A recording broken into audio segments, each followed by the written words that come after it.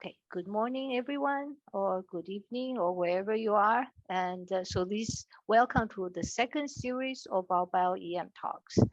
And so today we think if you have joined us, you know that we have a large number of people attending these BioEM Talks from various places and different countries. And I thank you for staying up late or getting up early to join us. And we are taping these webinars, and that is main reason why we are not doing this talk in scattered town because we would not have the option to record the presentation. So I will try to upload these videos to either through GatherTown or to the DBN website. I need to talk to our IT to find out what's the best way for me to host this video. But again, that information will be passed along to everyone and the recording will be available.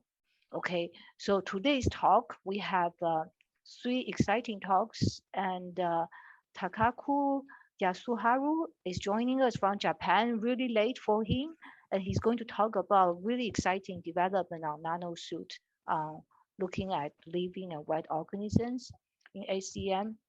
So one thing is it's really late for Takaku. So we felt it's okay. So we are going to do a Q&A right after his talk, and then we can let him go to sleep. And then he has agreed to come back on next week at 9:30, which is a bit earlier, before our regular session starts. So from 9:30 to 10 a.m. next week, and we're going to have a live chat for Takaku at BioEM Town Lowick-Quill room.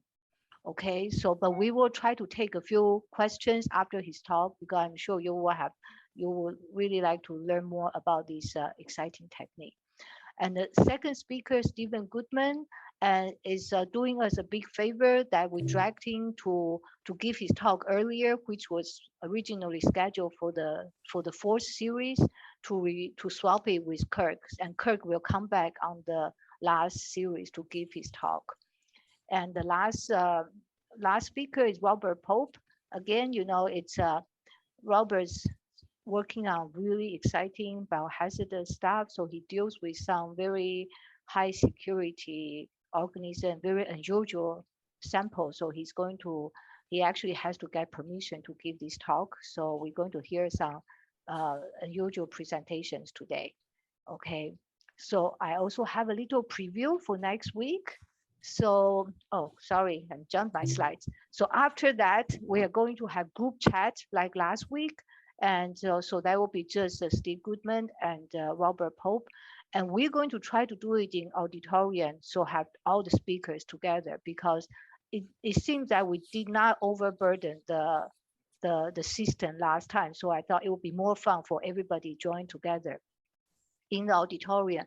So we only ask us to turn off your video or mute yourself if you are not talking. So then we cannot not overload the system when we have multiple people having video on. Okay, and today we also have a vendor tutorial provided by Thermo Fisher, and it's going to be from 12:30 to 13. And Brad Posavento is going to give a 30 minutes presentation on their new Tundra and also talking about some viruses on cryo-EM. And so we do have some active vendors exhibit booths during this time. So I do encourage you to go around to visit our vendors, and because without their support, we will not be able to offer these BioEM talks free of registration.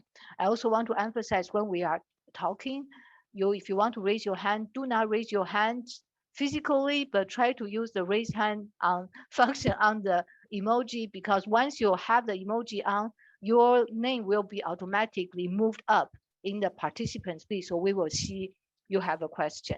Okay. All right. You can still raise your hand physically. Okay.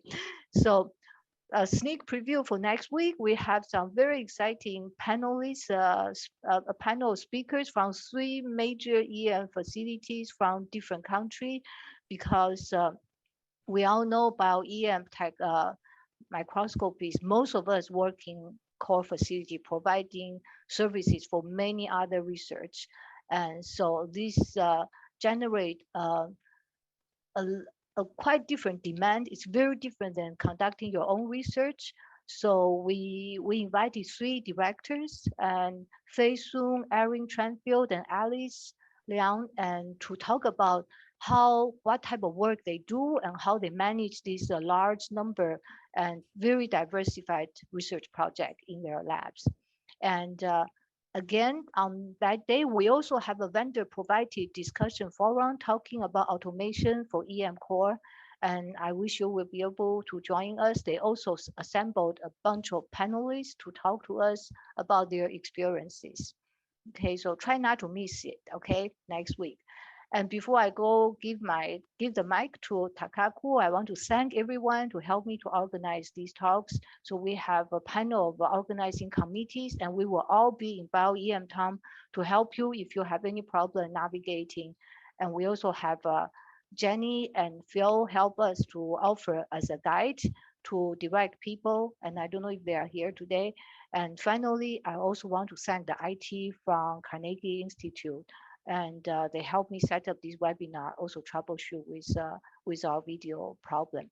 And lastly, thank all the vendors that support these BioEM talks. And as I suggested, please go spend some time to go through the booths to look at the document and talk to the vendors. And I always believe that we need to work with these suppliers and vendors because they are the one helping us to make our workflow easier. They will be able to invent something if we keep communicating with them to tell them what we need. Okay, I'm going to stop sharing my screen and let Takaku to give his exciting talk. And okay, so let me stop sharing. Takaku, please go ahead. Thank you for the opportunity, and I appreciate it very much. Today, I would like to talk about a nanosuit method for the observation of living wet organism in an SEM. What about, the volume size is okay? Volume level? It's perfect. Just keep going. It's good. Yeah, yes, it's good. You're good. Yeah. Okay, let's continue.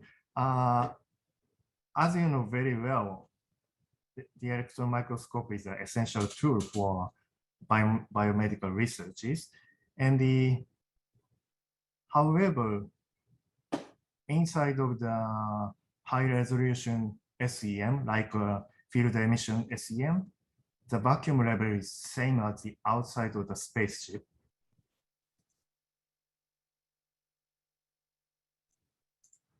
So, such a greatly reduced pressure of the high vacuum leads to evaporation of liquid and gases from the living biological specimens.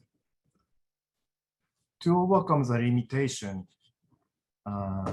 first one, the biological specimens routinely require pre-treatment, such as chemical fixation, dehydration, freeze drying, and chemical point drying or metal coating.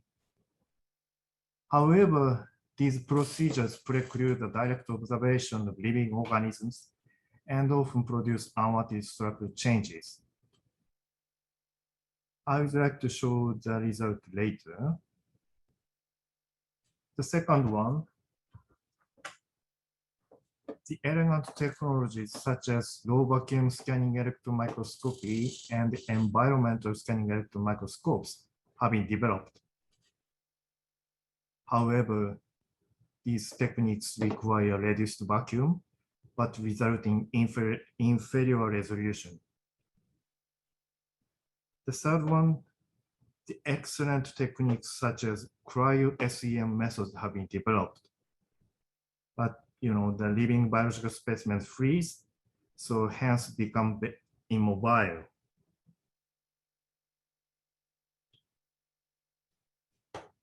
Under the circumstances, it has been believed that it is impossible to observe the living organisms in high-resolution SEM. So our research team and I have tried to, challenge to solve the problems for over 10 years.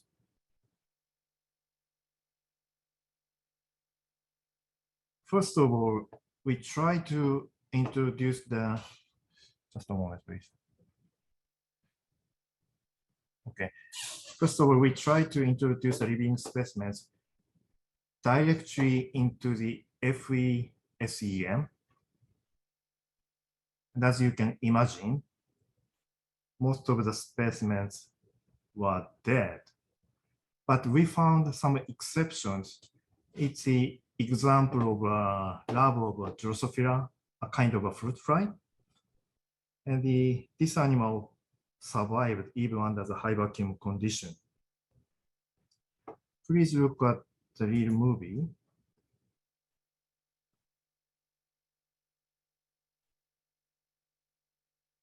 Surprisingly enough, the animal survived. And the surface fine structures maintain their natural conditions.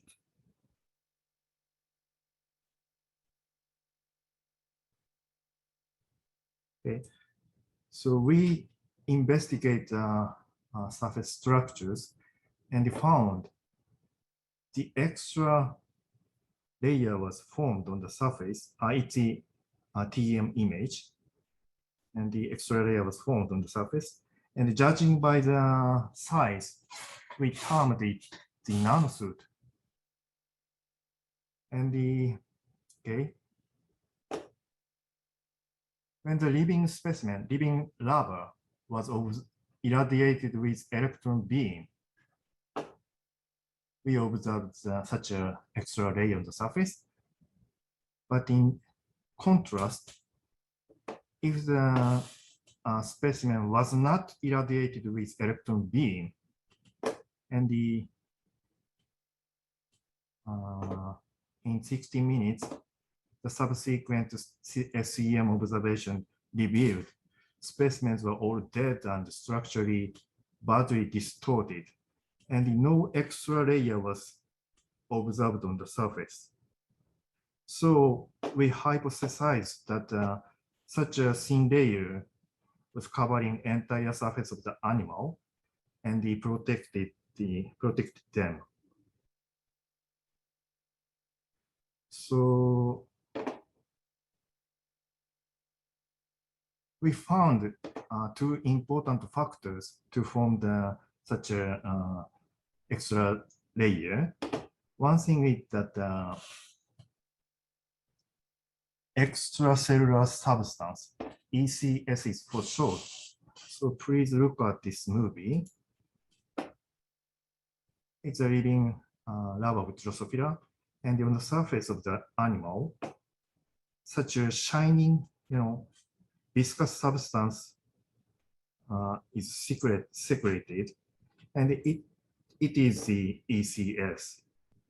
And another factor is that such a substance is irradiated by plasma or electron beam.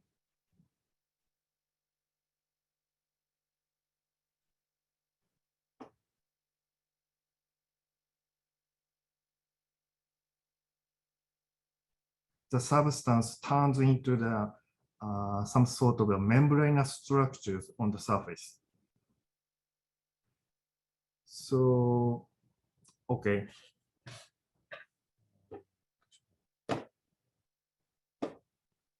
This slide shows the formation of the thin film, and we can see them as self-standing membranes. So in this case, the ECS was irradiated with plasma, and please look at the movie. The membrane structure was formed, and this structure was insoluble in water and clearly showed the effects of plasma polymerization. On the other hand, the ECS was not irradiated with plasma. Such a semi-dried substance was soluble in water. Okay, so it's a short summary. Only when the living animal was irradiated with electron beam and the extra layer was formed on the surface, the animal could survive under the high vacuum conditions. Okay, so we have found that the possibility to observe the living organism in high vacuum with a simple method irradiated by electron beam or plasma. So the question arose, what about the organism which does not have enough ECS? Then we try to make the ECS mimetic substances and try to treat the specimen with mimetic substances and irradiated it. This is one example. The animal is a larva of mosquito, and this animal doesn't have enough ECS on the surface. So even though the animal was irradiated with plasma, no extra layer was formed on the surface. It's a TEM image, and the animal was dead. On the other hand, when the specimen was pre-treated with the ECS mimetic substance, and it then irradiated with plasma, the extra layer nanosuits was formed on the surface, and the fine structures maintained its natural features, and you can see the big differences between them. So, okay, what is the nanosuit method? We have defined here when natural extra substances, it's ECS, or an added substance mimicking the ECS, are polymerized by plasma or electron beam irradiation. The polymerized membrane, it's a nanosuit, renders the organism extremely tolerant to high vacuum conditions.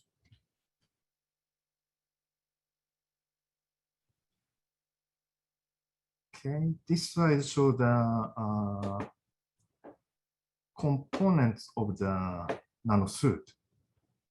So, for example, some kind of surfactants and saccharides, amino acids, fatty acids, and some kind of the ionic liquids can be fabricated into such membranous structures.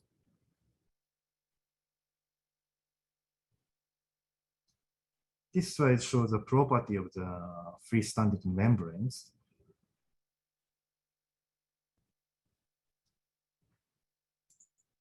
It's flexible. And also shows high barrier ability.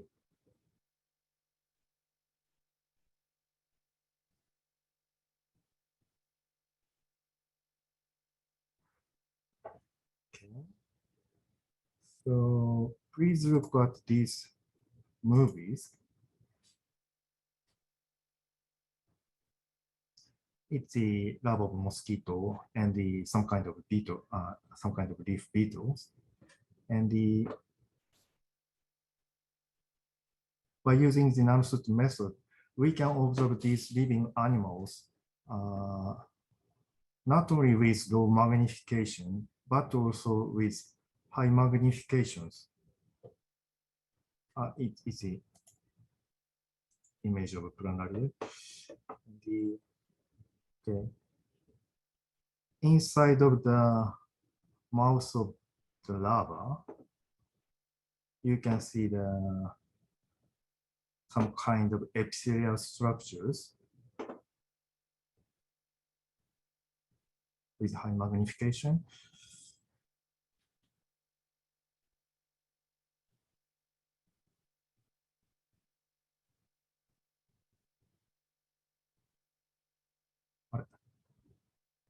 This slide summarizes the method.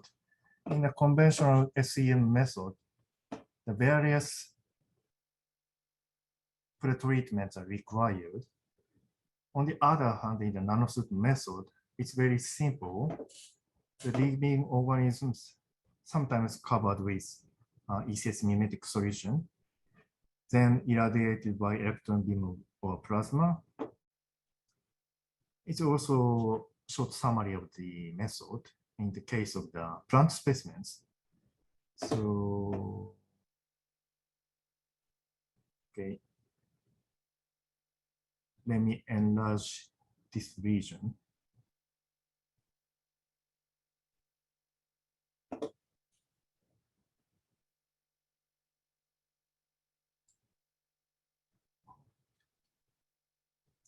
Okay.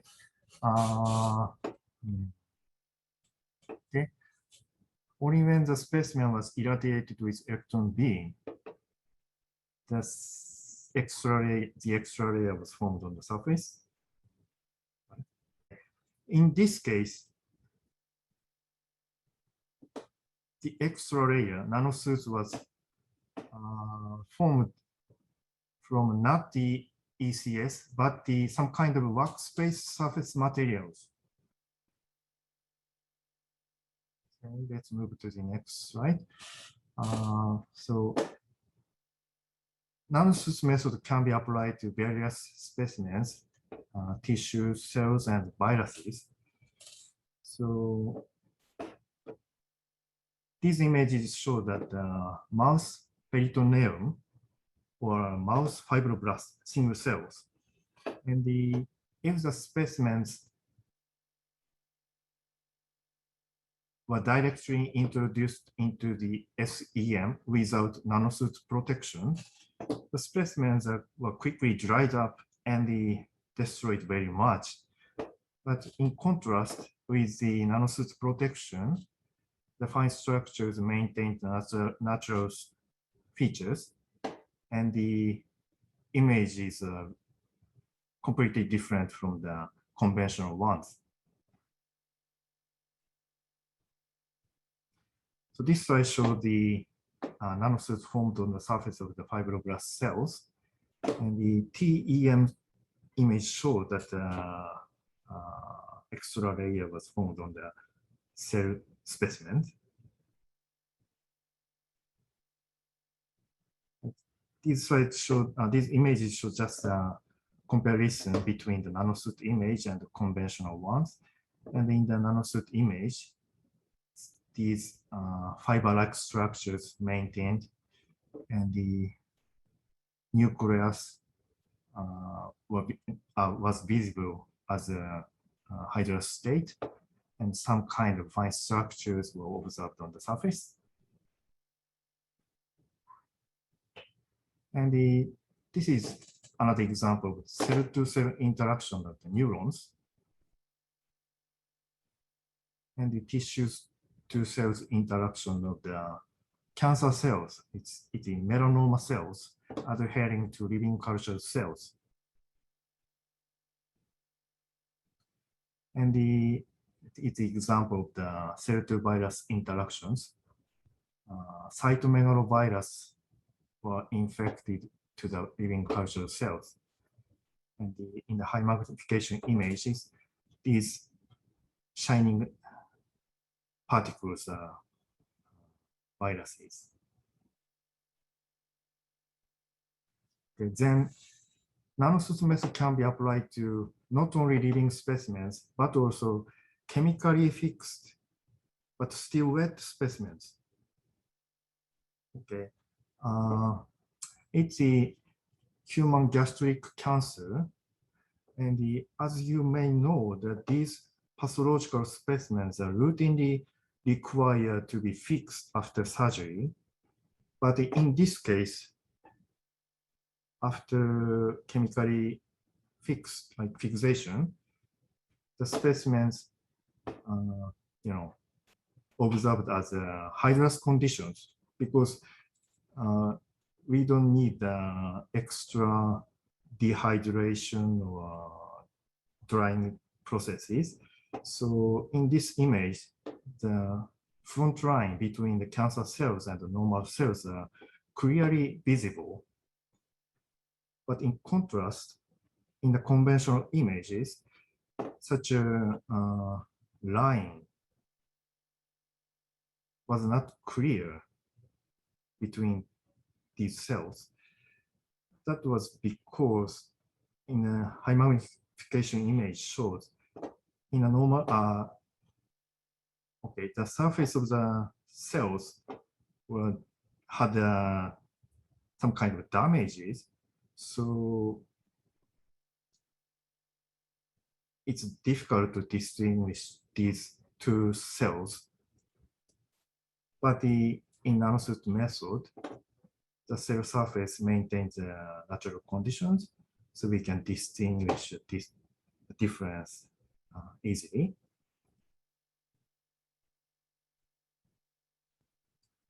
Okay, so next, we further explore the specific property of the nanosuit and examine its suitability for elemental analysis in biological specimens.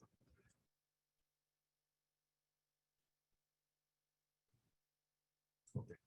Please look at the little movie. It shows the nanosuit EDS analysis for living biological specimens.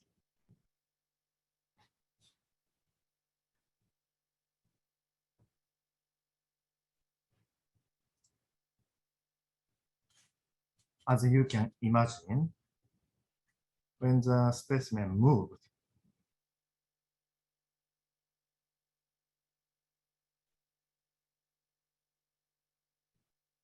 okay, such a displacement occurred on the images. So in these analyses, okay, the data was successfully acquired only when the living animals were motionless. But once we got the data, it clearly showed the interesting result. This is a comparison of the nanosuit image and the conventional image. And in the nanosuit method, high peak of the oxygen was detected. And such a high amount of oxygen is expected to originate from the water content in the hydro specimens protected with the nanosuit. Please look at the extra data. Okay. Even with the nanosuit protection, the animal was gradually dying. So in 3 hours, it showed completely death. And during the following the time course, the peak of oxygen was,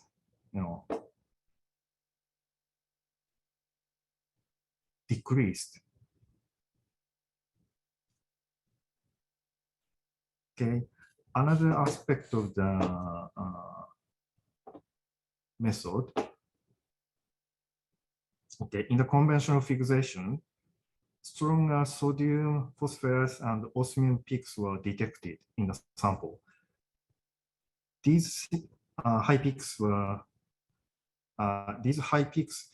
could be derived from the phosphate buffer used for sample preparation processes. And please look at this table. I have not mentioned about the result of the aloe specimen, but in the case of the Drosophila larva, high peaks of oxygen was detected. In return, high peaks of sodium, phosphorus, and osmium were detected.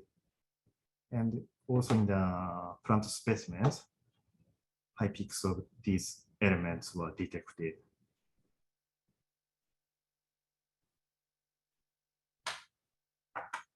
So finally, I'd like to introduce our recent report by using the nanosuit method.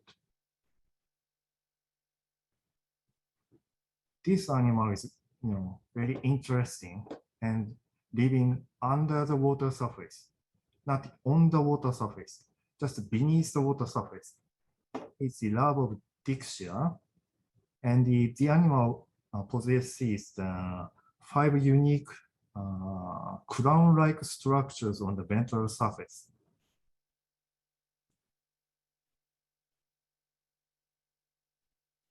Please look at the little movie. It's a video from the side view. Okay. Let me try to, forcefully push into the animal, push the animal into the water. The animal was back to the surface quickly by using the crown-like structures. So we try to investigate such structures and found the crown has a complex hydrophobic and hydrophilic structure like this. So, and these investigations, the nanosuit method worked very well. So please look at this slide. Okay. In the conventional method, the images are, very hard and rigid, and because of the desiccation.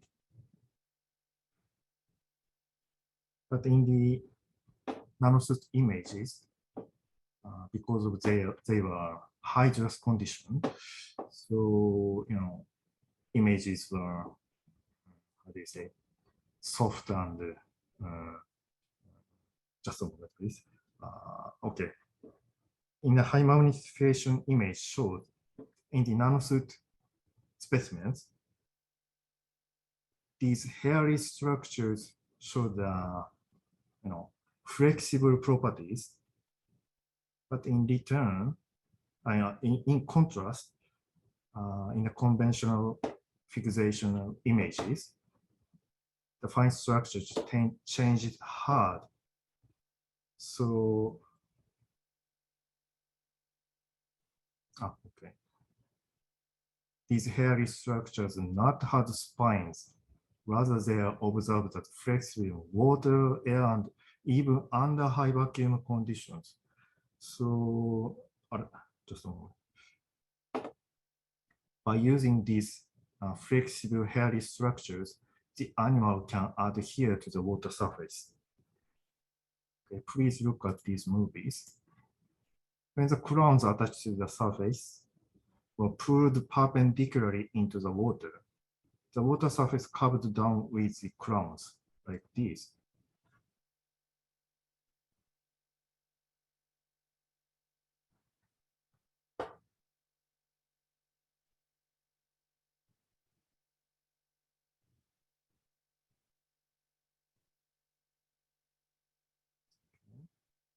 So